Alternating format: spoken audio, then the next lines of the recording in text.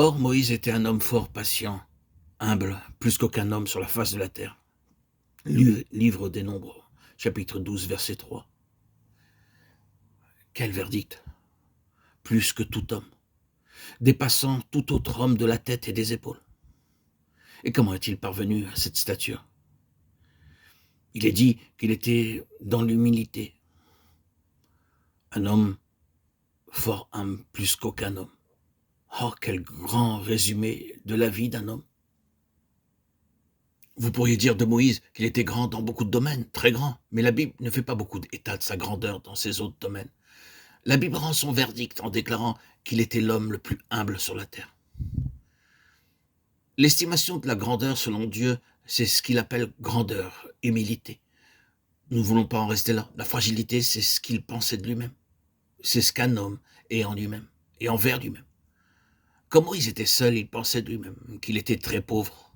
Quand il pensait, il reconnaissait qu'il n'avait aucune raison de s'affirmer lui-même, qu'il n'avait aucune base sur laquelle il pouvait s'appuyer pour faire prévaloir ses droits ou pouvoir être quelque chose, aucune raison pour accréditer ce qu'il était dans sa propre vie intérieure. Il n'y avait rien de tout cela, c'était plutôt le contraire. Ses pensées à l'égard de lui-même étaient très humbles. Et il était seulement dans sa position parce qu'il avait de grandes pensées à l'égard de Dieu et des petites pensées à l'égard de lui-même. C'est tout ce que nous avons besoin de dire. C'est cela l'humilité. Elle se manifeste bien sûr de beaucoup de manières, mais c'est le cœur de cette question. Ce que nous sommes à nos propres yeux à l'égard de nous-mêmes, et donc comment nous nous comportons. Moïse n'avait pas toujours été humble, comme nous le savons durant sa vie en Égypte, mais sous la main de Dieu, son point le plus faible est devenu le plus fort. Regardons maintenant au Seigneur Jésus. Il vint un homme sur la terre plus grand que Moïse, et sa stature était bien supérieure à celle de Moïse. Mais il était sur la même base. Je suis doux et humble de cœur. Il disait, apprenez de moi. Matthieu 11, 29. C'est la voie de la croissance. La fierté est une des choses les plus ruineuses dans le domaine de la croissance spirituelle. Mardochée était puissant dans la maison du roi, et sa renommée se répandait dans toutes les provinces, parce qu'il devenait de plus en plus puissant. Esther 9, 4. L'homme devenait de plus en plus grand. Voyez comment cette petite expression, l'homme dans chaque passage, est en rapport avec la stature, la croissance et la grandeur. L'homme Mardochée devenait de plus en plus grand. Et pourquoi? Quel était le secret de sa grandeur? Pourquoi Dieu agissait souverainement pour que cet homme croisse, en passant par des voies surprenantes depuis cette porte où il était assis, comme une sorte de mendiant, pour le conduire de plus en plus haut, jusqu'à la fin, il soit dit de lui, l'homme Mardochée devenait de plus en plus grand.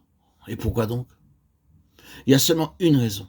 C'était un homme qui, coûte que coûte, était consacré pour les intérêts du peuple du Seigneur et pour le témoignage du Seigneur investi dans son peuple.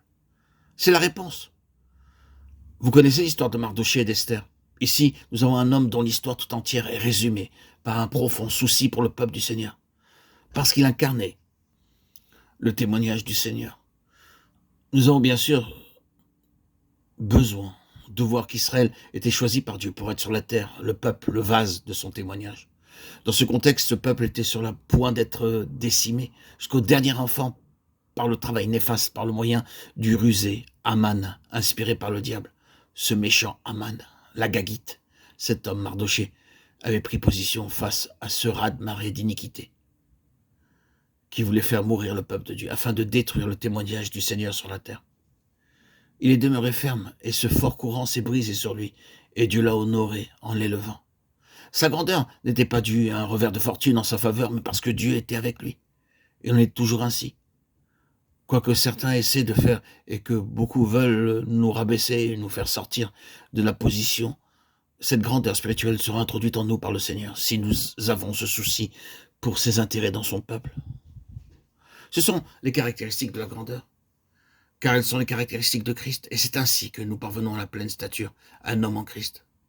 Il est important de reconnaître que tout cela doit être vrai en nous, hommes ou femmes, pas comme des saints auréolés, et certainement pas comme des anges, mais comme des hommes et des femmes sur cette terre, maintenant comme des êtres humains ici-bas. Il est merveilleux de savoir que cela peut commencer à se développer ici même, maintenant, par la grâce de Dieu. Ainsi, je crois que nous sommes aidés pour voir ce que Dieu recherche, cette valeur intrinsèque, et ce que sera la nature de la corruption. L'homme se préoccupe beaucoup de l'œuvre du chrétien. Dieu lui pense beaucoup plus aux hommes chrétiens. Il n'y a aucun titre plus grand que « Ô homme de Dieu » ou « femme ». C'est l'ordre du sanctuaire et le critère final.